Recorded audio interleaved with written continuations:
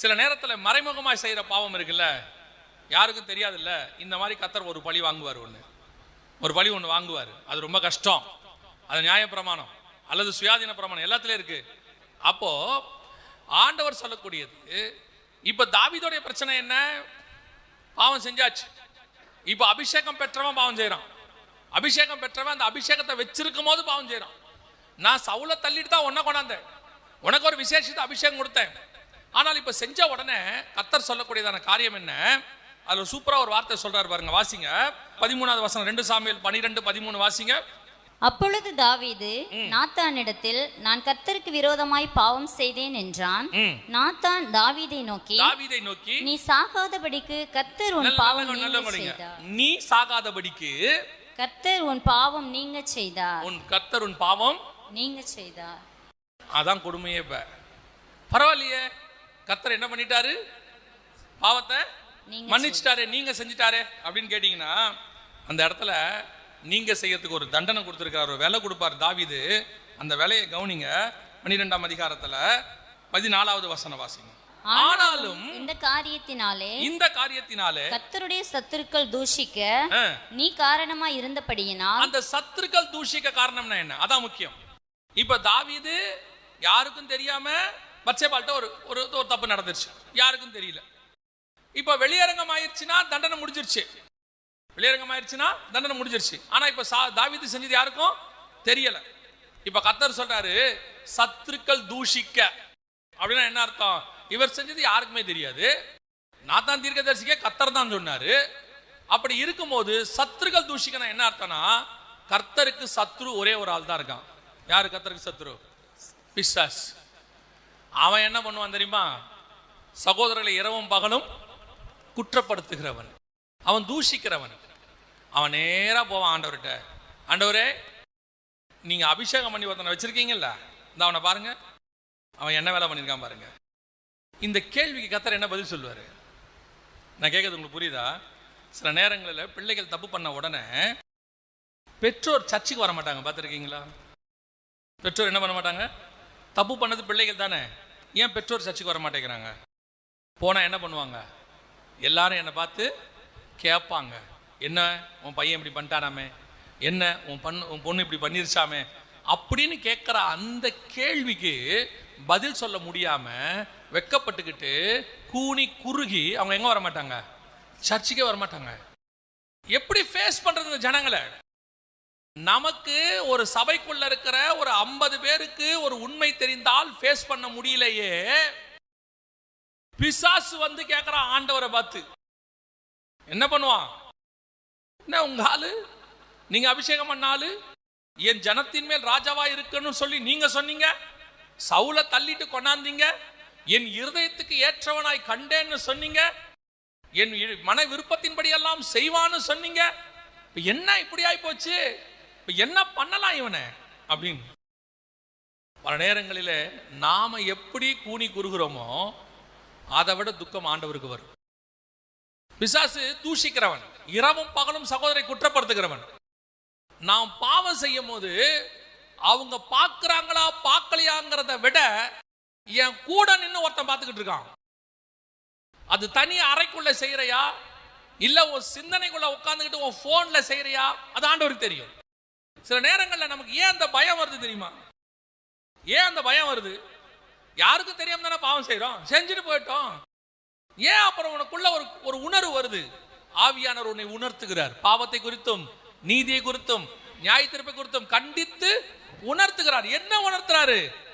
நீ எக்கேடு கட்டாலும் போன உடவு என்னால முடியாது, நீ பரலோகத்துக்கு வரணும், ஆனா நீ பரலோகத்துக்கு வர முடியாத நிலைமைக்கு போயிட்ட. இந்த பாரு ஒருத்தன் குற்றப்படுத்தி நிற்கிறான். யோசுவா என்கிற பிரதான ஆசாரியனை குறித்து சகரியாவின் புஸ்தகம் சொல்லுது. சகரியாவின் புஸ்தகத்துல யோசுவாவை குறித்து வாசிக்கும் பொழுது அந்த ஆசாரியனை கொண்டு நிறுத்துறாங்க. நிறுத்தும் போது இன்னொரு பக்கத்துல நின்று பிசாசு என்ன பண்ணானா, குற்றம் சாட்டினான்னு இருக்கு. நல்லா கவனிச்சுக்கொள்ளுங்க. இவன் பிரதான ஆசாரியன். யார் தெரியுமா? அந்த யோசுவா. இவன் தான் அந்த தேவாலயத்தை, ஆகாய் புஸ்தகத்துல தேவாலயம் கட்டினாங்கல்ல, செருபாபேல் 2வது தேவாலயம். கர்த்தர் விசேஷமா அபிஷேகம் பண்ண 3 பேர். ஒன்னு யூதாவின் மனுஷனாகிய செருபாபேல், இன்னொன்னு யோசுவா ஆசாரியன், பிரதான ஆசாரியன், இன்னொன்னு ஞான இருதயம் உள்ள ஸ்திரீகள். 3 பேர் ஆண்டவர் அபிஷேகம் பண்ணுவார். அதுல மிக முக்கியமான அபிஷேகம் பெற்றவன் தான் இவன். இவன் வந்து நிக்கிறான். நிக்கும் போது அவனுக்கு பக்கத்துல வந்து யார் நிக்கிறா? சாத்தான் விரோதம் செய்ய, குற்றப்படுத்துறதுக்கு. ஆனா இதுவே இப்படி யோசிச்சு பாருங்க, யோபுவை பத்தி பேச ஆரம்பிக்கும் போது எவ்வளவு தைரியமா பேசுறாரு ஆண்டவர். உத்தமனும் சன்மார்க்கனும் நீதிமானும், எவ்வளவு சந்தோஷம் இருக்கும் அவருக்கு. இப்ப இவனை பத்தி பேசும்போது எப்படி இருக்கும்? நீ அவனை பத்தி பேசாத, அவன் ஆசாரியன் தான், அவன் கர்த்தரால் அபிஷேகம் பண்ணப்பட்டவன், அவனுக்கு புது ட்ரெஸ் நான் போட்டுக்கிறேன். இந்த கான்வர்சேஷனுக்கு டிஃபரன்ஸ் இருக்குல்ல, அதைத்தான் சொல்ல வரேன். நாம ஒரு பாவம் செய்யும் போது என்ன தோணணும்னா, யாரும் பார்க்கலன்னு தோணக்கூடாது, என் பக்கத்துல நின்று ஒருத்தன் பார்த்துக்கிட்டு இருக்கான்னு தோணணும். வரும் பலகீனம் வரும். நான் எப்பவுமே சொல்வேன், என்ன வச்சுதான் சொல்வேன். ஆண்டவர் பல நேரங்களில் எனக்கு உணர்த்துறத சொல்வேன். ஒரு மாம்சத்தில் இருக்கிற வரைக்கும் பவுல் சொல்றாரு, ரோமர் 7 8 7ஆம் அதிகாரம் 8ஆம் அதிகாரத்தில் பவுல் சொல்றாரு, இந்த மாம்சத்துக்குள்ள இந்த ஆத்மாவானது, சிருஷ்டியானது ஏகமாய் தவிக்கிறது. ஏன்னா இது பலகீனம். உள்ள இருக்கிறது ஆத்மா நித்தியம், ரெண்டும் சேர்ந்து போராடுது ஆப்போசிட்டா. அப்போ அந்த மாதிரி தான் நிறைய பேருடைய லைஃப்ல இருக்கு. மாம்சம் என்ன செய்யுது? போராடுது. அப்பெல்லாம் ஆண்டவர் சொல்வாரு, நீ எதனால பாவம் செய்யற தெரியுமா? யாரும் பார்க்கலங்கிறதுனால பாவம் செய்யற. இப்படி யோசி. எப்போ உன்னை ஒருத்தன் பார்த்துக்கிட்டே நிற்கிறான். இன்னொன்று, உன் தூதன், உன்னை காப்பாற்றுக்கிற தூதன் என்ன பண்ணுவான்? உன் பக்கத்திலே நிற்பான். இவ்வளோ பேர் உன்னை பக்கத்தில் நிற்கிறாங்கன்னு நினச்சா உனக்கு என்ன வராது? நீங்கள் சர்ச்சில் ஒரு 10 பேர் இருந்தால் கண்டிப்பாக கோபமாக பேச மாட்டீங்க, அப்படி தானே? யாராவது சர்ச்சில் காலை மிதிச்சிட்டா நீங்கள் என்ன பண்ணுவீங்க? யாரோ ஒருத்தர் சிஸ்டரோ பிரதரோ காலை மிதிச்சிட்டாரு, என்ன பண்ணுவீங்க? இருக்கட்டும், பிரைஸ் லார்ட், அல்லேலூயா, சோத்திரம், பரவாயில்ல, பார்த்துப்போங்க சிஸ்டர், சோத்திரம். ஓகே, பஸ்ஸில் காலை மிதிச்சிட்டா என்ன பண்ணுவீங்க? என்ன பண்ணுவீங்க? இங்கே விட்டுட்டோம்ல, சர்ச்சில் ஒருத்தரை மன்னிச்சு இதை சேர்த்து அவனை திட்டிடுவோம், மொத்தமாக தீந்தான் அவன் அதோட. இப்போ நமக்கு என்னன்னா, இது சர்ச்சு, எல்லாரும் பார்க்குறாங்க, அங்கே யாரும் இல்லை, போட்டு தள்ளிடுவோம் அப்படின்னு. இப்போ யோசிச்சு பாருங்க, அங்கேயே 4 பாஸ்டர் நிற்கிறாருன்னு வச்சுக்கோங்க. நீங்கள் போகும்போதே உங்கள் பாஸ்டர் நிற்கிறாரு, இன்னும் 2 பாஸ்டர் நிற்கிறாங்க, வாங்க பிரதர், பிரைஸ் தி லார்ட். அப்போ ஒருத்தர் மிதிக்கிறான், என்ன பண்ணுவீங்க? ஆட்டோமேட்டிக்காக இருக்கட்டும் பிரதர், பிரைஸ் தி லார்ட். ஏன்? எங்கள் பாஸ்டர் இருக்கிறாரு, இல்லைன்னா நான் வேற மாதிரி இருப்பேன். அப்போ நம்மை அறியாமலேயே நமக்கு வேண்டப்பட்டவர்கள், முக்கியமானவர்கள் இருந்தால் நம்முடைய ஆவிக்குரிய குணம் என்ன ஆகுது? தானா வெளிப்படுது. எப்போ பாவம் வெளிப்படுது? என்னை சுத்தி பார்க்க யாரும் இல்லைங்கிறது ஒரு பிளஸ் பாயிண்டாக பார்க்கப்படுகிறது. ஆனா உன் பக்கத்துல நின்று உன்னை குற்றப்படுத்துறதுக்கு ஒருத்தன் பார்த்துக்கிட்டே இருக்கான். அவன் பாவம் செய்யவும் தூண்டுவான். அந்த பாவத்தை நீ செஞ்ச பிறகு உன்னை பத்தி போட்டும் கொடுப்பான். ஏன்னா ரெண்டகம் பண்ணுதல் பிசாசோடைய வேலை. உன்னை பாவம் செய்யறது தூண்டுறதும் அவன் தான், அதை செஞ்சுட்டினா உன்னை போய் போட்டு கொடுக்கறதும் அவன் தான். இப்போ பார்த்தா தாவீதோடைய காரியங்கள் நடக்குது. சத்துருக்கள் தூஷிக்கத்தக்கதாக எல்லாரும் எதிரிலும் இப்படி பண்ணிட்டே, யாரும் பார்க்கலையே. தாவீது உடனே, யார் பார்த்தா? யாருக்கு தெரியும்? யாருக்கும் தெரியாது, உங்களுக்கு தான் தெரியும். மிஞ்சி போச்சுன்னா யோவாபுக்கு தெரியும், வேற யாருக்கும் தெரியாது. நீங்க பூடி அப்படியே நாத்தான் தீர்க்கதரிசி, யார்ட்டையும் சொல்லிடாதீங்க ப்ளீஸ் அப்படின்னு கேட்கல. விழுந்தான் காலில், நானே அந்த மனுஷன், ஆமா நான் தான் பாவம் செய்தேன். இப்போ சொல்லிட்டு அவர் சொல்லுவாரு, நீ என் சத்துருக்களுக்கு தூஷிக்க முடியாது. அந்த வசனத்தை திருப்பி வாசிங்க பாப்போம். கர்த்தருடைய சத்துருக்கள் தூஷிக்க நீ காரணமாய் இருந்தபடியினால் உனக்கு பிறந்த பிள்ளை நிச்சயமாய் சாகும் என்று சொல்லி நாத்தான் தன் வீட்டுக்கு போய்விட்டான். வேற வழியே இல்லை. அதுக்கு ஒரு பெயின் இருக்கு, அதுக்கு ஒரு விலை இருக்கு. அந்த விலை கொடுக்கப்பட்டிருக்கிறது. அந்த விலை என்ன பண்ணப்பட்டிருக்கு? கொடுக்கப்பட்டிருக்கு. ஆண்டவர் சொல்வாரு, நீ சாகாதபடி. அப்படிதானே இருக்கு. அதுக்கு முந்தின வசனம் என்ன இருக்கு? நீ சாகாதபடி. ஆனா உனக்கு பதிலா வேற யாரோ செத்து இருக்காங்கன்னு அர்த்தம். உன்னை நீ அபிஷேகம் பெற்றவன், சரி உன்னை விட்டுட்டேன், ஆனா நிச்சயமா உன் பிள்ளை சாகும். வேற வழியே இல்லை. ஏன்னா சத்துருக்கள் என்ன பண்ணிட்டு இருக்காங்க உட்காந்து. இப்ப தாவீதுக்கு என்னங்க தண்டனை அப்படின்னு கேட்டா என்ன தண்டனை சொல்றது? தாவீது நியாயப்பிரமாணத்தின்படி வாழ்றவன், என் கற்பனைகளையும் என் கட்டளைகளையும் அவன் கை கொள்ளுகிறான்னு பைபிள் சொல்லுது. தாவீதுக்கு என்ன பேர் இருக்கு? என் கட்டளைகளையும் கற்பனைகளையும். இதெல்லாம் தாவீதுக்கு பிறகு நடக்கிற சம்பவம், சாலமோன் காலத்துக்கு பிறகு நடக்கிற சம்பவம். கர்த்தர் சொல்றாரு, தாவீது எப்படிப்பட்டவன்? என் கட்டளைகளையும் என் கற்பனைகளையும் கை கொள்ளுகிறவன். அப்ப தாவீதை பத்தி திருப்பி சொல்லும் போதெல்லாம் ஒரு வார்த்தை சொல்லிக்கிட்டே இருக்கிறார். என்ன வார்த்தை? என் கட்டளைகளையும். அந்த தாவீது தான் இப்ப தப்பு பண்ணியிருக்கிறாரு. அந்த தாவீது தான் என்ன பண்ணியிருக்கிறாரு? நியாயப்பிரமாணத்தின்படி பெரிய தப்பு. நியாயப்பிரமாணத்தின்படி இப்போ ஆண்டவர் சொல்றாரு, தாவீது உன்னை பத்தி எனக்கு பெரிய எதிர்பார்ப்பு இருக்கு. உன்னை பத்தி எனக்கு என்ன இருக்கு? பெரிய எதிர்பார்ப்பு. ஏன்னா நீ விசேஷித்த அபிஷேகம் பெற்றவன். உன்னை ஆடுகளுக்கு பின்ன அலைஞ்சிருந்த உன்னை தான் கொண்டாந்து என்னவா மாத்தி இருக்கிறேன், அந்த அபிஷேகத்துக்குரிய ராஜாவா மாத்தி இருக்கிறேன். அந்த அபிஷேகத்தில் இருக்கிற நீ இப்படிப்பட்ட காரியத்தை என்ன பண்ணியிருக்க கூடாது, யாருக்கும் தெரியாம செஞ்சிடலான்னு சொல்லி செஞ்சிருக்க கூடாது, யாருக்கும் தெரியாதுன்னு நினைச்சிருக்க கூடாது. நீ அப்பேற்பட்டவன் அல்ல. இப்ப வேற வழி இல்லை. அதுக்குரிய தண்டனை என்ன செய்யும், கண்டிப்பாய் உண்டு. அதுக்குரிய தண்டனை கண்டிப்பாய் உண்டு. இப்போ புதிய ஏற்பாட்டு காலம். இப்போ ஒரு வார்த்தை சொல்லுவாங்க எல்லாரும், புதிய ஏற்பாட்டு காலம், இப்போ நியாயப்பிரமாணம் கிடையாதுங்க, அதெல்லாம் பழைய நியாயப்பிரமாணம், கர்த்தர் தண்டிப்பாரு. அப்போ இப்போ நம்ம பாவம் செஞ்சுட்டா கர்த்தர் என்ன பண்ணிடுவாரு, இப்போ நம்ம பாவம் செஞ்சா கர்த்தர் என்ன பண்ணிடுவாரு? எபிரேயர் 10:26-27 சத்தியத்தை அறியும் அறிவை அடைந்த பின்பு நாம் மனப்பூர்வமாய் பாவம் செய்கிறவர்களாய் இருந்தால், அதாவது எல்லாம் தெரிஞ்சு ரட்சிக்கப்பட்ட பிறகு நாம் மனப்பூர்வமாய் பாவம் செய்கிறவர்களாய் இருந்தால், பாவங்களின் நிமித்தம் செலுத்தத்தக்க வேறொரு பலி இனி இராமல் நியாய தீர்ப்பு வருமென்று பயத்தோட எதிர்பார்க்குதலும். அப்ப என்ன பயம் இருக்கு? இப்ப நியாய தீர்ப்பு, இப்ப செஞ்ச தப்புக்கு என்ன உண்டு? நியாய தீர்ப்பு உண்டு. நீதிமானுக்கு சரி கட்டப்படும். இப்போ ஒரு ஆள் அவதூறா பேசிட்டாரு, இல்ல ஒரு ஆள் தப்பு பண்ணிட்டாரு, ஜெயில கூப்பிட்டு அவருக்கு என்ன பண்ணிட்டாங்க, தண்டனை கூப்பிட்டாங்க, உள்ள வச்சாச்சு. திருப்பி அந்த தப்புக்கு தண்டனை உண்டா? வெளியே வந்த பிறகு திருப்பி தண்டனை உண்டா? இல்லையே. அதான் அதுக்கான தண்டனை கிடைச்சிருச்சு அவருக்கு.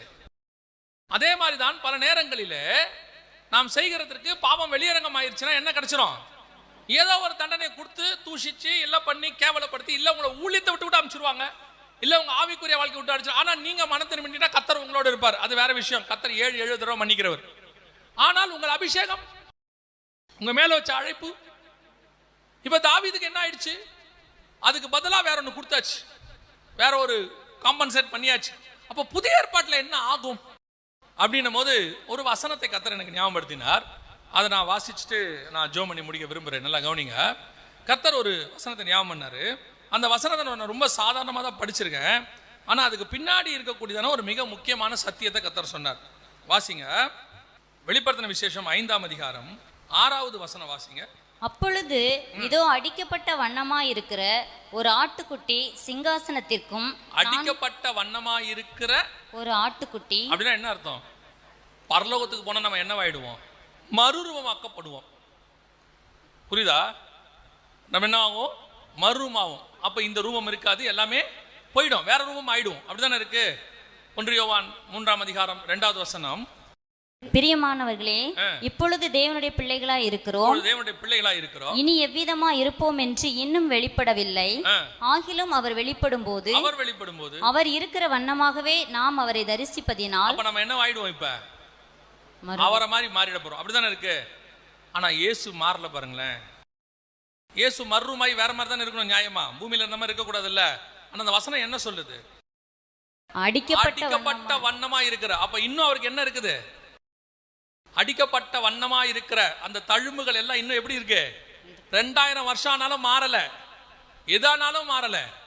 அவருடைய தழும்புகள் இன்னும் அப்படியே தான் இருக்கு. பரலோகத்தில் மாம்சமும் ரத்தமும் கிடையாது. அவர் ஒரு தடவை நம்முடைய ரத்தத்துக்காக நமக்காக பலியானார். எல்லாம் நடந்துருச்சு. ஆனா என்ன பிரச்சனைனா, நீங்கள் நானும் பாவம் செய்ய செய்ய அவர் மீண்டும் அடிக்கப்படுகிறார். ஆனால் மாம்சத்தில் ரத்தம் சிலுவையில் அல்ல. அவர் எல்லா பாவத்தையும் சுமந்து தீர்த்துட்டார். எப்போ? அவர் சிலுவையில் இருக்கும் போது என்னுடைய பாவங்களை எல்லாம் என்ன பண்ணிட்டாரு? சுமந்து தீர்த்துட்டாரு. அப்ப நான் செய்ய போற பாவத்துக்கான எல்லா அடியும் அவருக்கு அங்க கிடைச்சிருச்சு. அப்ப நான் பிறக்கவே இல்லை. நல்லா புரியுதா? அப்ப நான் பிறந்து செய்யற பாவத்துக்கெல்லாம் அவர் அப்பயே என்ன வாங்கியிருக்கிறாரு. அப்ப இப்ப நான் பாவம் செய்ய செய்ய அங்க அவருக்கு என்ன விழுதுன்னு அர்த்தம்? அடி விழுதுன்னு அர்த்தம். மாம்சத்தின்படி அல்ல, ஆவியில. கர்த்தர் நீ செய்கிற ஒவ்வொரு பாவத்துக்கும் அங்கே அவருக்குள்ள ஒரு விதமான பெயின். ஐயோ என் பாவம், அவன் செய்கிற பாவம் என்ன செய்யுது? அவனுடைய பாவத்தை நான் சுமந்துக்கிட்டு இருக்கிறேன். இப்போ திருப்பியும் சொல்கிறேன், உடனே பரலோகத்தில் அவர் சிலுவையில் அடித்தாங்க, ரத்தம் வந்துச்சு, அதெல்லாம் இல்லை. அவர் அடிக்கப்பட்ட வண்ணமாக இருக்கிற ஆட்டுக்குட்டி. அவர் சிலுவையில் அறையப்படும் பொழுதே 2000வது வருஷத்துக்கு பிறகு யார் ரட்சிக்கப்படுவானோ அந்த பாவத்துக்கு அவர் அப்பயே என்ன ஆயிட்டாரு? சிலுவையில் அறையப்பட்டார். அப்போ அந்த அடி அவருக்கு அப்பயே விழுந்துருச்சு. நான் வருவேங்கிறது அவருக்கு நல்லா தெரியும், நான் ரட்சிக்கப்படுவேங்கிறது தெரியும். அதுக்கு முன்னாடி இருக்கிற பாவத்துக்கு விலை கொடுக்கணும்னு தெரியும். அதுக்கான விலையை அவர் என்ன பண்ணிட்டாரு? அப்பவே கொடுத்துட்டாரு. இப்போ எல்லாத்துக்குமான விலை அவருக்கு அங்க அடி விழுந்துகிட்டே இருக்கு. அவர் நமக்காக பறிஞ்சு பேசிக்கிட்டே இருக்கிறாரு. ஆனால் சில நேரங்களிலே உங்கள் பாவத்துக்கு நீதி சரி கட்டப்படும். நீதி சரி கட்டப்படும். ஏன்னா நீதிமான்கள் ஆக்கணும்ல. பாவத்துக்கு நம்ம ரட்சிக்கப்படுறதுக்கு முன்னாடி உள்ள பாவத்தெல்லாம் மன்னிச்சிட்டாரு. ஆனால் ஆண்டவர் இன்னும் நமக்காக என்ன பண்ணுறாரு? பறிஞ்சு பேசிக்கிட்டே இருக்கிறாரு. நம்மளை கைவிட்டக்கூடாதுன்னு நினைக்கிறாரு. தாவீது அல்றா மாதிரி வாக்கு கடந்த பெருமூச்சுகளோட விண்ணப்பங்களை ஏறெடுக்கிறாரு. எல்லாம் இருக்குது. ஆனால் உன்னுடைய பாவத்துக்கான விலை ஒன்று இருக்கிறது. நீதியை சரி கட்டுதல். அது நடக்கும். ரொம்ப கேர்ஃபுல்லாக இருந்து கொள்ளுங்க. உங்க மேல இருக்கிற அபிஷேகம் அப்படிப்பட்டது. உங்களை தள்ள முடியாது. ஏன்னா நீங்க அதுக்காக தான் உருவாக்கப்பட்டீங்க. ஆனா தள்ளாம இருக்கணுன்றதுக்காக நீங்க எல்லா பாவத்தையும் செஞ்சு அவர் பொறுத்துக்கிட்டு இருக்க மாட்டாரு. நிறைய பேர் அதான் சொல்றான், கர்த்தர் நம்மளை அபிஷேகிச்சிருக்கிறாரு, கர்த்தர் நம்மளை முன்குறிச்சிருக்கிறாரு, அதனால என்ன பண்ணாலும் பொறுமையா இருப்பார். எப்படி இருப்பாரு? எப்படி இருப்பாரு? அவர் பாவத்தை பார்க்க மாட்டாத சுத்த கண்ணன். பரலோக ராஜ்யத்துக்குள்ள தீட்டுள்ளதும் அருவருப்பையும் பொய்யும் நடப்பிக்கிற ஒன்றும் அதற்குள் பிரவேசிப்பதில்லை. அப்போ உங்களுக்காக எனக்காக கர்த்தர் இன்னைக்கும் அங்க உட்காந்து அடிக்கப்பட்ட வண்ணமா இருக்கிற ஆட்டுக்குட்டி. அந்த தழும்பெல்லாம் இன்னும் இருக்கு, அப்படியே இருக்கு மேல. அந்த தழும்பெல்லாம் காட்டிக்கிட்டே இருப்பாரு.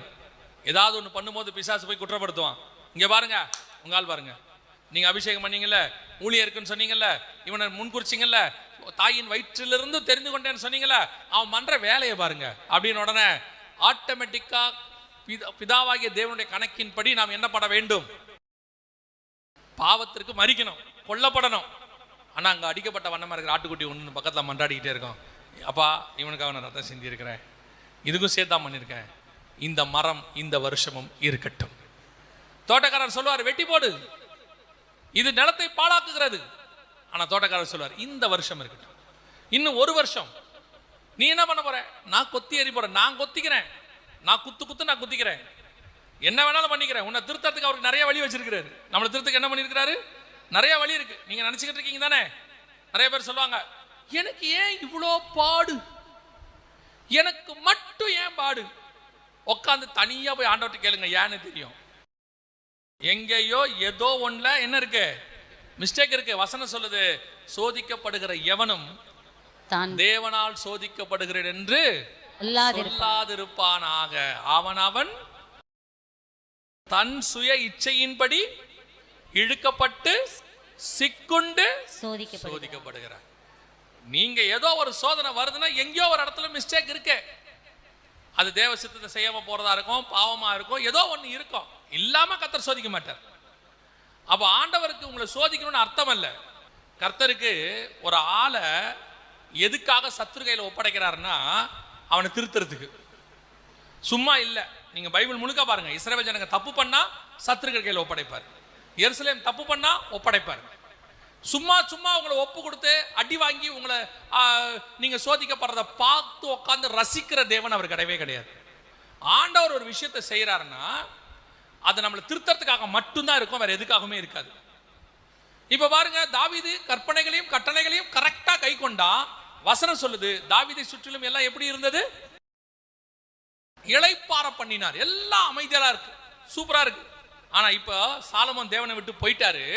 1 ராஜாக்கள் புஸ்தகம் 11 வாசிங்க, 11-14 வாசிங்க. கர்த்தர் ஏதோமியனாகிய ஆதாத் என்னும் ஒரு விரோதியை சாலமோனுக்கு எழுப்பினார். 23 எலியாதாவின் குமாரனாகிய ரேசோன் என்னும் வேறொரு விரோதியை தேவன் எழுப்பினார். 26 சேரேதா ஊரில் உள்ள எப்ராஹிம் மனுஷனாகிய நேபாத்தின் குமாரன் எரோபெயாம் என்னும் சாலமோனின் ஊழியக்காரனும் ராஜாவுக்கு விரோதமாய் கையெடுத்தான். எல்லாம் விரோதமாயிருச்சு பாருங்க.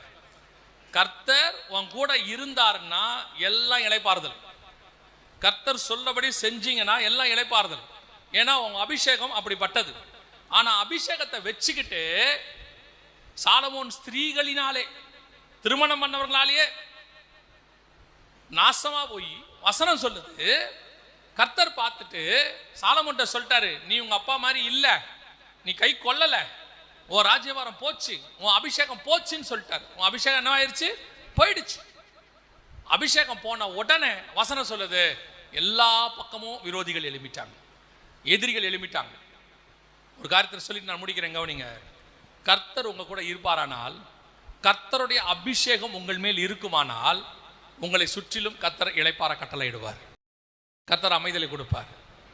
தேசத்துல ஒரு சபை கர்த்தருக்கு முன்பாக உண்மையா இருக்கும்னா அவர்களுக்காக கர்த்தர் வழக்காடுவார், அவர்களுக்கு கர்த்தர் வழக்காடுவார். ஒருவேளை நீங்கள் கர்த்தருக்கு விரோதமாய் அல்லது அவருடைய பிரமாணங்களுக்கு விரோதமாய் அல்லது அவருக்கு அபிஷேகத்துக்கு விரோதமாய் நீங்கள் செய்யும் போது கர்த்தர் வேற வழி இல்லாமல் யாரை எழுப்புறாரு? சத்துருக்களை எழுப்புவார். வசனம் சொல்லுது, சுத்திலும் அமைதலா இருந்துச்சு, எல்லாம் பக்காவா இருந்துச்சு. திடீர்னு பார்த்தா தேவனை விட்டு தூரம் போன உடனே எல்லா சத்துருக்களாக எழும்பிட்டாங்க. இன்னைக்கு பல நேரத்தில் நமக்கு விரோதமாய் சத்துருக்கள் எழும்பி நிற்கிறாங்க. நீங்க அபிஷேகம் பெற்றவங்க தான், நீங்க கர்த்தரால் அழைக்கப்பட்டவங்க தான், கர்த்தர் சில வரங்களை கூட கொடுத்துருக்காரு தான். ஆனா ஏன் உங்களை சுத்தி இவ்வளவு பிரச்சனை? நீங்க கேட்குறீங்கல்ல, என்னை சுத்தி வெறும் பிரச்சனையா இருக்குதே. எதனால பிரச்சனை? எந்த பக்கத்தினால பிரச்சனை? ஏன் தெரியுமா? எங்கேயோ ஒரு இடம், ஏதோ ஒரு இடம் கர்த்தருக்கு பிடிக்காதது உங்ககிட்ட இருக்கு. அதுதான் கர்த்தர் சொல்றார். நீ மட்டும் கரெக்டா ஆண்டவருக்கு பிரியமா சந்தோஷமா நடந்து பாருங்க, உன்னை சுற்றிலும் இளைப்பாற பண்ணுவதற்கு கர்த்தர் வல்லமை உள்ள தேவனாய் இருக்கிறார்.